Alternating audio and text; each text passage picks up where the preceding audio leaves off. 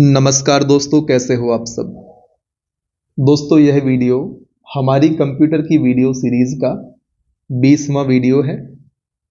इस सीरीज में हम परीक्षा धाम पब्लिकेशन की कंप्यूटर की पुस्तक को आधार बनाकर चल रहे हैं और यह वीडियो सीरीज आपके लिए उन सभी एग्जाम्स में लाभकारी होगी जिसमें भी कंप्यूटर से संबंधित प्रश्नों को पूछा जाता है, चाहे वह सेंट्रल लेवल का एग्जाम हो या अलग अलग स्तर पर अलग अलग राज्यों में आयोजित की जाने वाली कोई भी परीक्षा हो। दोस्तों, इस वीडियो में हम कंप्यूटर की मेमोरी से संबंधित वस्तुनिष्ठ प्रश्नों की चर्चा करेंगे, जिसके थ्योरी वाले सेक्शन को हम इसके पहले के वीडियोस में कवर कर चुके हैं। यदि आपने हमारे वह वीडियोस नहीं देखे तो इस वीडियो के पहले आप उन वीडियोस को देख लें या फिर सीधे भी आप इस वीडियो के माध्यम से अलग अलग फैक्ट्स को जान सकते हैं। तो चलिए शुरुआत करते हैं प्रश्न क्रमांक 1 से।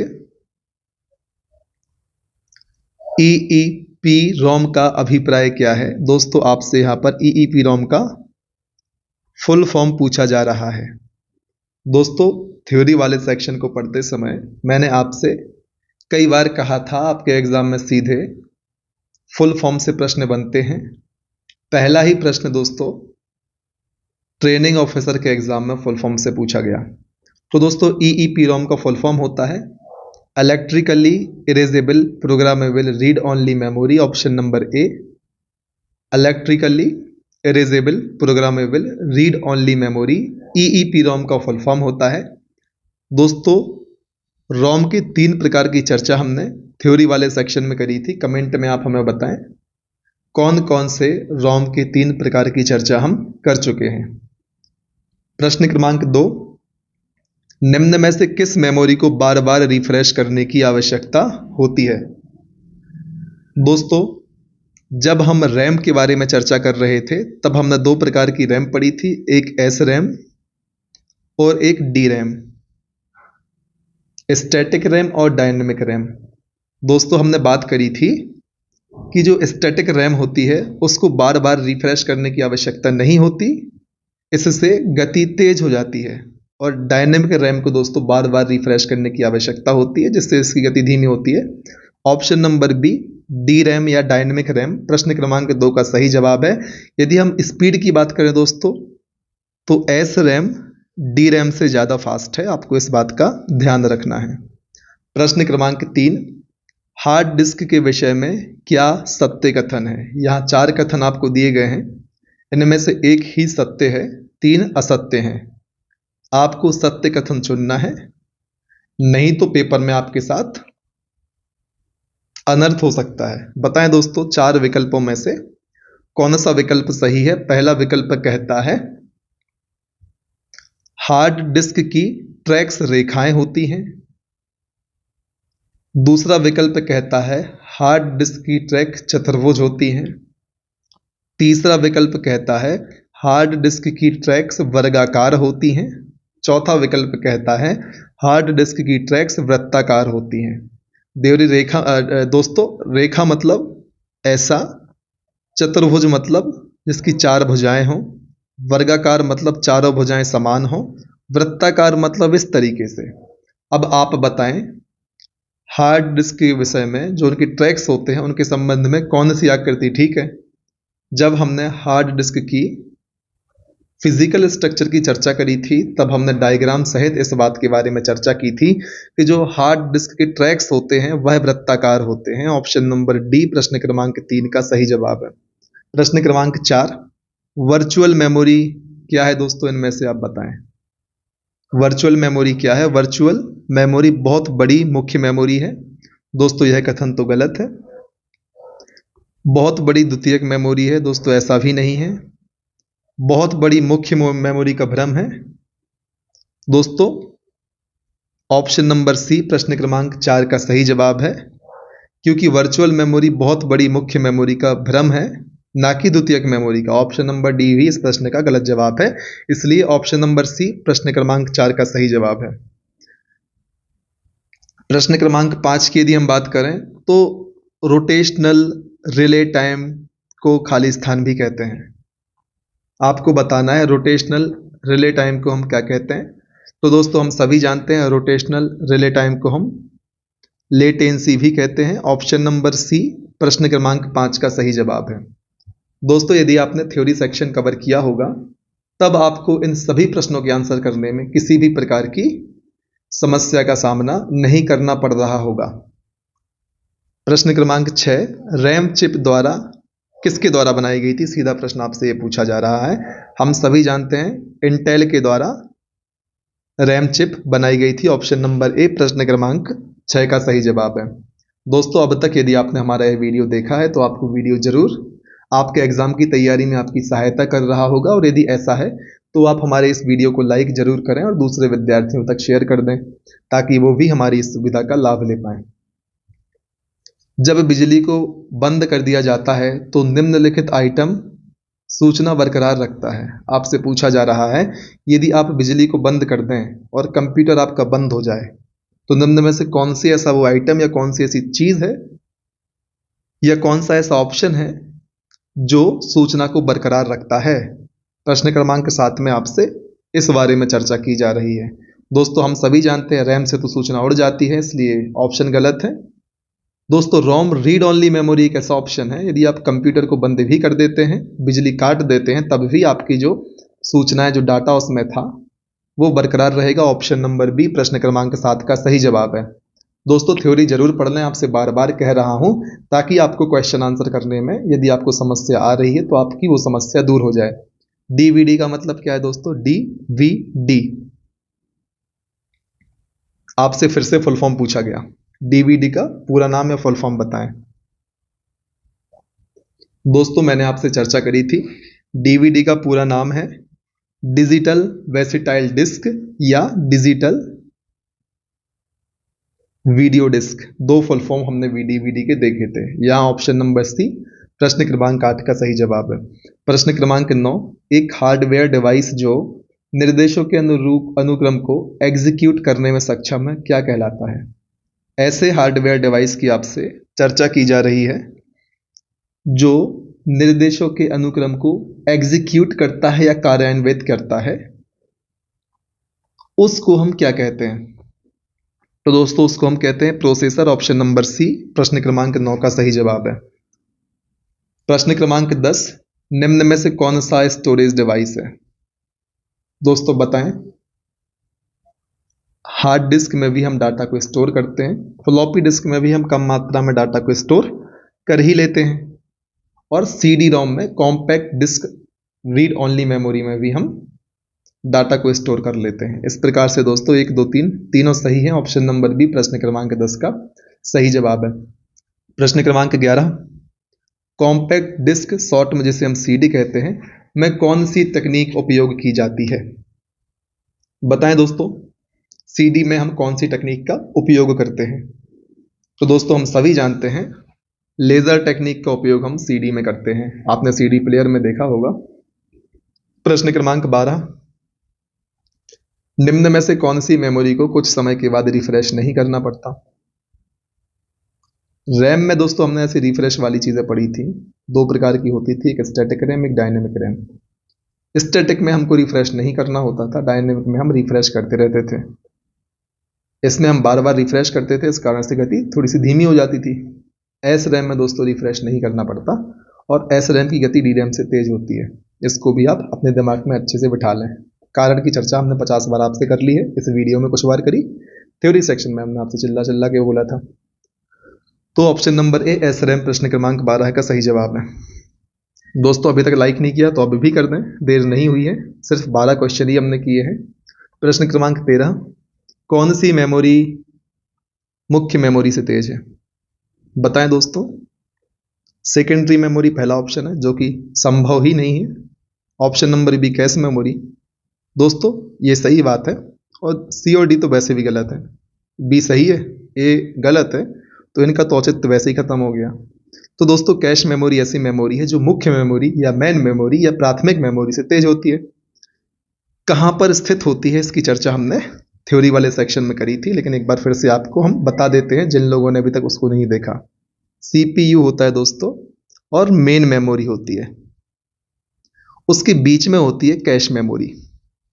इससे फ़ायदा ये होता है कि गति बढ़ जाती है कंप्यूटर की, क्योंकि कैश मेमोरी कुछ डाटा फाइल्स को अपने पास रख लेती है, तो सीपीयू को मेन मेमोरी तक नहीं जाना पड़ता, यहाँ से ही डाटा लेके अपना काम चलाता रहता है। तो ध्यान रखें दोस्तों, कैश मेमोरी मेन मेमोरी से तेज होती है और सीपीयू और मेन मेमोरी के बीच में स्थित होती है। ऑप्शन नंबर बी प्रश्न क्रमांक 13 का सही जवाब है। प्रश्न क्रमांक 14 की यदि हम बात करें तो इनमें से कौन सा हार्ड डिस्क की फिजिकल संरचना में शामिल नहीं है?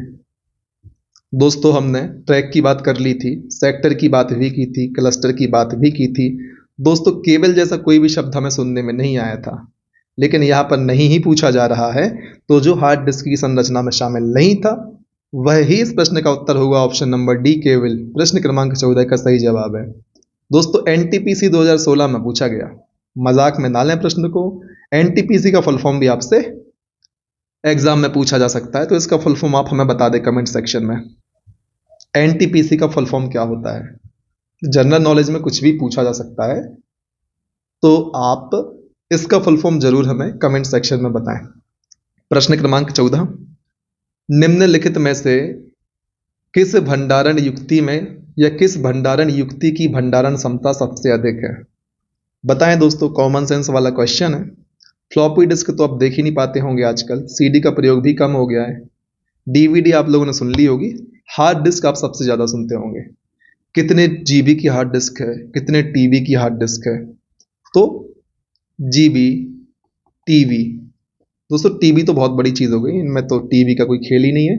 Option number D hard disk प्रश्न क्रमांक 15 का सही जवाब है। इसकी क्षमता टीबी में भी होती है। तो सबसे अधिक भंडारण क्षमता रखने वाला यहाँ पर डिवाइस या युक्ति हार्ड डिस्क है। प्रश्न क्रमांक 16, सीडी रोम क्या है दोस्तों? सीडी, डीवीडी, बीआरडी, इन सब की चर्चा हमने करी थी। यह सब क्या है दोस्तों? ऑप्टिकल डिवाइस है, प्रकाशीय है ना, ऑप्टिकल डिस्क है। Option number C optical disc प्रश्न क्रमांक 16 का सही जवाब है। प्रश्न क्रमांक 17, निम्न में से एक स्टोरेज डिवाइस कौन सी नहीं है? Pen drive, hard disk, compact disc, plotter. दोस्तों प्लॉटर से हम बड़े आकार के चित्र, रेखा चित्र, इन सबको बनाते हैं। प्रिंटर का बड़ा रूप है, ज़्यादा डिफरेंस नहीं है प्रिंटर प्लॉटर में।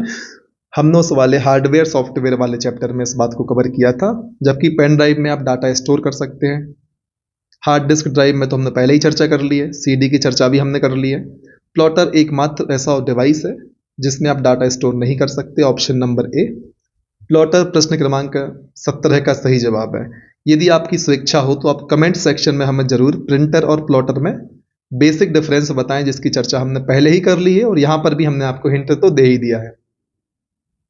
प्रश्न क्रमांक 18, बूट के दौरान उपलब्ध निर्देशों को खाली स्थान में भंडारित किया जाता है। जब आप सिस्टम को बूट करते हैं उसके दौरान जो निर्देश होते हैं कहाँ भंडारित होते हैं? बायोस में भंडारित होते हैं दोस्तों, BIOS। थ्योरी वाले सेक्शन में सबसे अंत में हमने डिस्कशन किया था बेसिक इनपुट आउटपुट सिस्टम, इसका फुल फॉर्म होता है दोस्तों basic input output system. Option number C BIOS प्रश्न क्रमांक 18 का सही जवाब है। दोस्तों यह आपका आकलन करने का समय है, आकलन करने का वीडियो है, तो आप यहाँ पर हमसे ज़्यादा उम्मीद ना करें कि बहुत सारी चीज़ें हम आपके लिए एक्सप्लेन करें। फिर भी हम प्रयास करेंगे कि ज़्यादा से ज़्यादा आपके लिए सुविधा हो सके।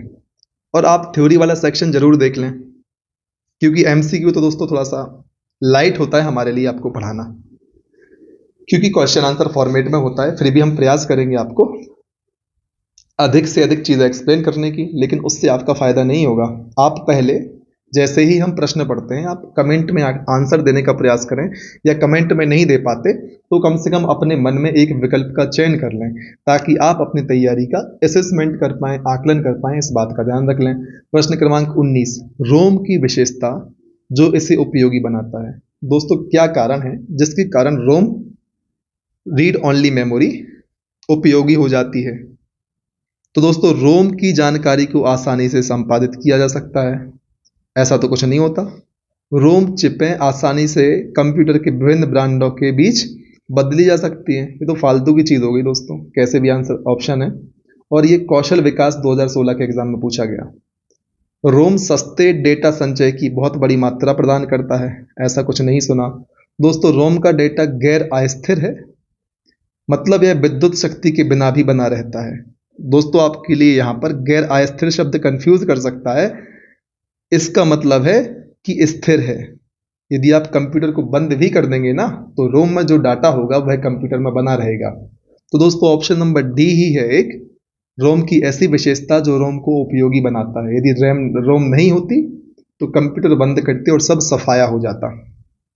जैसे कि आप सो जाएं और सुबह आपका दिमाग खाली हो जाए। खाली क्यों नहीं हो पाता? कि रोम टाइप की विशेषता आपके दिमाग में भी है। सोने के बाद याददाश्त गायब हो जाती नहीं तो आपकी। इसी प्रकार से दोस्तों रोम गैर अस्थिर रहता है। रोम के अंदर जो डेटा रहता है, मतलब यदि लाइट गोल हो जाए, कंप्यूटर एकदम से बंद हो जाए, तो रोम में जो भी डेटा सेव था वह बना रहता है, गायब नहीं होता। इस बात को आप ध्यान रखें। प्रश्न क्रमांक 20, डिवाइस की रिक्वेस्टेड डाटा तक सीधे जंप करने की विशेषता क्या कहलाती है? तो दोस्तों उसको हम कहते हैं random access. Option number A. आपने रैंडम एक्सेस मेमोरी का नाम सुना होगा। प्रश्न क्रमांक 21 की यदि हम बात करें तो कौन से सिद्धांत पर हार्ड डिस्क काम करती है? दोस्तों डिटेल में चर्चा करी थी, चुंबकीय क्षेत्र के सिद्धांत पर हार्ड डिस्क काम करती है। ऑप्शन नंबर सी प्रश्न क्रमांक 21 का सही जवाब है। प्रश्न क्रमांक 22, खाली स्थान मेमोरी का एक प्रकार नहीं है। दोस्तों सब में रोम है, और रोम की जब हमने चर्चा करी थी, रीड ओनली मेमोरी की जब हमने चर्चा करी थी, तो उसमें हमने देखा था यह 3 प्रकार की होती है। एक पी रोम, एक ई पी रोम, एक होती है ई ई पी रोम। दोस्तों ई पी रोम का फुल फॉर्म होता है programmable read only memory. E P ROM का फुल फॉर्म होता है erasable programmable read only memory. E E P ROM का फुल फॉर्म होता है electronically erasable programmable read only memory. तो दोस्तों आप देख लें, 3 विकल्प ऐसे आपको मिलेंगे जो इनकी विपरीत हो वह आंसर है। तो दोस्तों ई पी रोम की चर्चा हमने करी थी, ई ई पी रोम को भी हमने देखा था। दोस्तों पी पी रोम को हमने नहीं देखा, और पी रोम भी होती है। तो option number C P P ROM किसी भी प्रकार की मेमोरी का प्रकार नहीं होता। ऑप्शन नंबर सी प्रश्न क्रमांक 22 का सही जवाब है। दोस्तों अब आपका काम बनता है कमेंट सेक्शन में बताएं इनमें क्या अंतर होता है। रैम क्या है? लो दोस्तों फिर से आपसे फुल फॉर्म पूछा गया प्रश्न क्रमांक 23 में, रैम क्या है? एग्जाम में प्रश्न आया जूनियर इंजीनियर, दोस्तों मजाक थोड़ी ना है ना। रैम का फुल फॉर्म बताओ। Random access memory. Option number A. बहुत आसान प्रश्न था। रैम का फुल फॉर्म होता है, 2 प्रकार की होती है, एस रैम और डी रैम, स्टैटिक डायनेमिक। कौन सी तेज होती है? 25 बार चिल्ला के बताया, एक बार आप कमेंट में लिख के बता दो, ठीक है। प्रश्न क्रमांक 24, जब आप मॉनिटर पर सेव पर क्लिक करते हैं, जब आप मॉनिटर पर सेव क्लिक करते हैं और ड्राइव में फ्लैश ड्राइव या फ्लॉपी डिस्क या डिस्केटी नहीं होती, तो आपके द्वारा प्रयुक्त डॉक्यूमेंट या एप्लीकेशन स्टोर कहां पर होता है? बताओ आप। प्रश्न क्रमांक 24 दोस्तों आपसे पूछा जा रहा है, जब आप मॉनिटर पर सेव क्लिक करते हैं और ड्राइव में फ्लैश ड्राइव या फ्लॉपी डिस्क या डिस्केटी नहीं होती या होता, तो आपके द्वारा प्रयुक्त डॉक्यूमेंट या एप्लीकेशन कहां पे स्टोर होता है? तो हम सभी जानते हैं दोस्तों हार्ड ड्राइव में वह स्टोर हो जाता है। ऑप्शन नंबर डी प्रश्न क्रमांक 24 का सही जवाब है।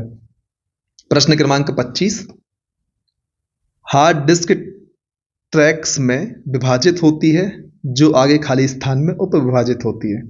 आपसे पूछा जा रहा है हार्ड डिस्क जो होती है वो ट्रैक्स में विभाजित होती है और ट्रैक्स काय में विभाजित होते हैं, आपसे ये पूछा जा रहा है प्रश्न क्रमांक 25 में। तो दोस्तों ट्रैक्स में होती है हार्ड डिस्क विभाजित और ट्रैक्स होते हैं सेक्टर में विभाजित। इसकी चर्चा बहुत डिटेल में हमने करी थी। ऑप्शन नंबर बी प्रश्न क्रमांक 25 का सही जवाब है। प्रश्न क्रमांक 26, निम्न में से किस मेमोरी क्लिप की प्रोग्रामिंग उत्पादन प्रक्रिया के दौरान की जाती है? बताओ दोस्तों किस मेमोरी में प्रोग्राम उत्पादन प्रक्रिया के दौरान सेव कर दिए जाते हैं। दोस्तों, रोम का फुल फॉर्म आपको यदि इनकी फुल फॉर्म पता है तब आप कर ले जाएंगे। रोम का फुल फॉर्म होता है read only memory. E P ROM का फुल फॉर्म होता है erasable programmable read only memory. P ROM का फुल फॉर्म होता है programmable read only memory. E P ROM का फुल फॉर्म होता है electrically erasable programmable read only memory. दोस्तों, अब आपको बताना है कि कौन सी ऐसी मेमोरी है इनमें से जिनकी प्रोग्रामिंग उत्पादन प्रक्रिया के दौरान ही कर दी जाती है। कहने का मतलब है जब आपके पास डिवाइस आएगा या मेमोरी आएगी तब आप उसको सिर्फ रीड कर पाएंगे। इनमें से कौन सा विकल्प है? तो दोस्तों, अब आप खुद कॉमन सेंस लगाएं। रोम में सिर्फ आप पढ़ सकते हैं, कुछ कर नहीं सकते। ईपी रोम में आप इरेज भी कर सकते हैं, प्रोग्राम भी कर सकते हैं। पी रोम में आप प्रोग्राम कर सकते हैं। ईपी रोम में इरेज कर सकते हैं, प्रोग्राम कर सकते हैं। तो क्वेश्चन में क्या निकल के आ रहा है कि प्रोग्राम तो पहले ही हो गई, सिर्फ उसको आप रीड कर पाएं, उस पर काम कर पाएं। ऑप्शन नंबर ए रोम प्रश्न क्रमांक 26 का सही जवाब है। उम्मीद है आप प्रश्न की भावनाओं को समझ गए होंगे। दोस्तों, मैंने आपसे कहा था यदि आप फुल फॉर्म याद रखते हैं तो उससे आपको उस पर्टिकुलर चीज़ या पर्टिकुलर डिवाइस या पर्टिकुलर सॉफ्टवेयर जो भी है उसके बारे में कुछ हद तक सटीक अनुमान लगाने में सहायता प्राप्त होती है। आप बात को मान गए होंगे तो आपने अनुमान सटीकता से लगा लिया होगा। बात नहीं माने होंगे तो अनुमान नहीं लगा पाएंगे, और बात आगे भी नहीं मानेंगे तो पेपर में सही आंसर को टिक भी नहीं कर पाएंगे। तो सही आंसर टिक करना आपकी सही तरीके से पढ़ाई करने पर निर्भर है। वो कैसे होगी? जैसे बोल रहे वैसा करते जाओ। प्रश्न क्रमांक 27 की बात करते हैं। निम्न में से क्या नॉन वॉलेटाइल मेमोरी का उदाहरण नहीं है? दोस्तों, मेमोरी दो प्रकार की होती थी, एक वॉलेटाइल एक नॉन वॉलेटाइल। वॉलेटाइल मतलब अस्थिर, नॉन वॉलेटाइल मतलब स्थिर। तो दोस्तों, नॉन वॉलेटाइल में क्या आता था? बिजली बंद कर दो, कंप्यूटर को बंद कर दो, डाटा गायब नहीं होना चाहिए। वॉलेटाइल में बंद कर दिया मतलब डाटा भी चला गया। तो आपसे पूछ रहे हैं कि कौन सा नॉन वॉलेटाइल मेमोरी का उदाहरण नहीं है, मतलब इनमें से कौन सा ऑप्शन वॉलेटाइल मेमोरी है। तो दोस्तों, ईईपी रोम, रोम तो रीड ओनली मेमोरी हमने देखा था, नॉन वॉलेटाइल है। फ्लैश मेमोरी में पेन ड्राइव वगैरह वगैरह आते हैं, हार्ड डिस्क हम जानते ही हैं। इसको तो कंप्यूटर से भी निकाल के एक साइड रख दो तो भी डाटा रहेगा उसके अंदर। रैंडम एक्सेस मेमोरी ऐसा ऑप्शन है जो कि अस्थिर प्रकार की मेमोरी है। कंप्यूटर बंद किया, भूल जाओ क्या था। ऑप्शन नंबर सी प्रश्न क्रमांक 27 का सही जवाब है। दोस्तों, आदत हो गई है लास्ट में बोलने की, ऑप्शन नंबर ये प्रश्न क्रमांक इस इसका सही आंसर है, तो उसको झेलो आप। प्रश्न क्रमांक 28 की हम चर्चा कर लेते हैं। आपसे पूछा जा रहा है सीडी रोम का पूरा नाम क्या है? बताइए दोस्तों, सीडी रोम का पूरा नाम क्या है? सीडी का फुल फॉर्म आपको अलग पता होगा, कॉम्पैक्ट डिस्क। रोम का फुल फॉर्म आप जानते हैं, रीड ओनली मेमोरी। 100 बार मैं आपको बता चुका हूं। आंसर क्या होगा? Compact disc read only memory. कौन सा ऑप्शन दिख रहा है? Option number B. A tick मत कर देना दोस्तों, डेटा लिखा हुआ है, डिस्क लगाना है आपको। Option number B compact disc read only memory प्रश्न क्रमांक 28 का सही जवाब है।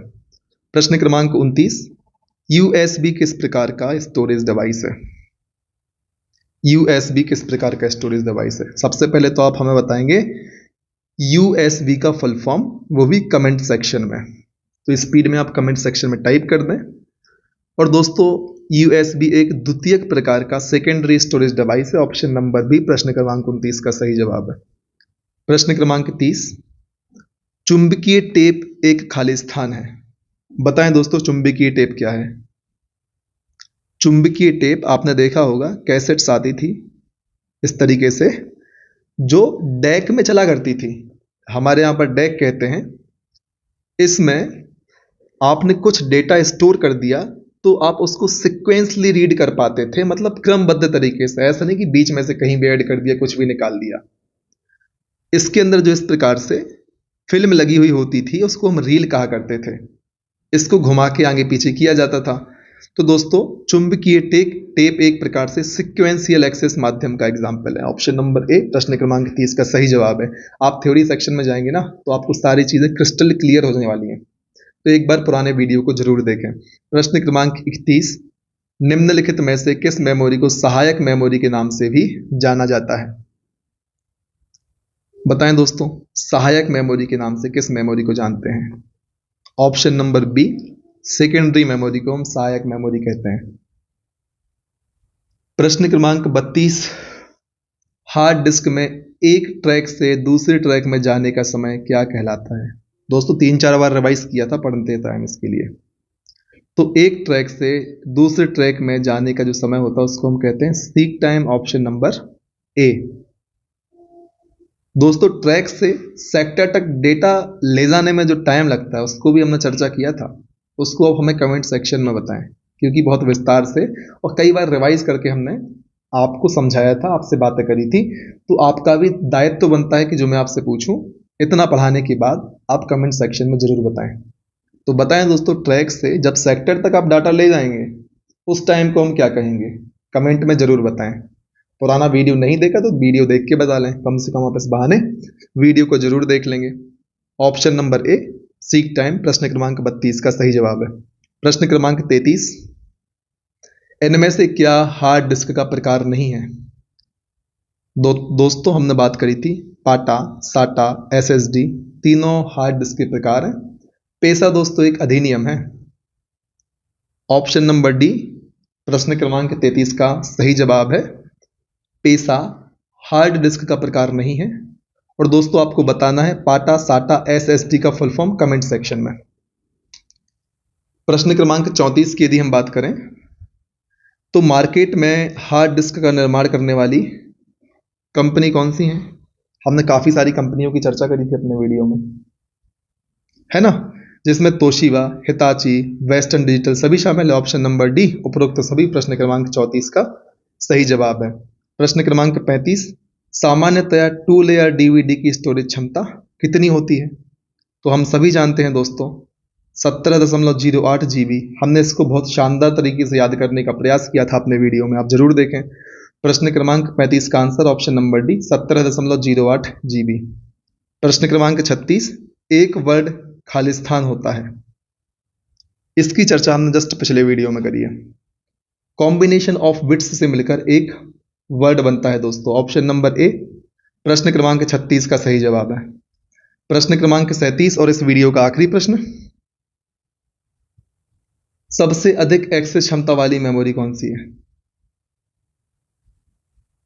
तो दोस्तों हम सभी जानते हैं ऑप्शन नंबर ए, रजिस्टर मेमोरी सबसे तीव्र एक्सेस वाली मेमोरी है, सबसे तेज मेमोरी होती है रजिस्टर मेमोरी, फिर कैश मेमोरी का स्थान आता है, इस बात को आप ध्यान में रखें। ऑप्शन नंबर ए, प्रश्न क्रमांक 37 का सही जवाब है।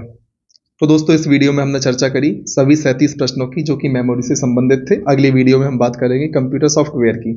यदि आपको हमारी यह सीरीज आपके एग्जाम की तैयारी में आपकी किसी भी प्रकार की सहायता करती है तो दोस्तों वीडियो को लाइक जरूर करें, अधिकतर विद्यार्थियों तक शेयर करें ताकि आपकी ही तरह वो भी हमारी इस सुविधा का लाभ ले पाए। बहुत मेहनत लगती है दोस्तों वीडियो बनाने में, बहुत क्रूशियल टाइम चल रहा है हर विद्यार्थी के लिए। इस बात को जानते हुए हम समय निकालकर आपके लिए यह सीरीज बना रहे हैं, तो कृपया अधिक से अधिक विद्यार्थियों तक शेयर जरूर करें ताकि सब लोग इसका लाभ ले पाए।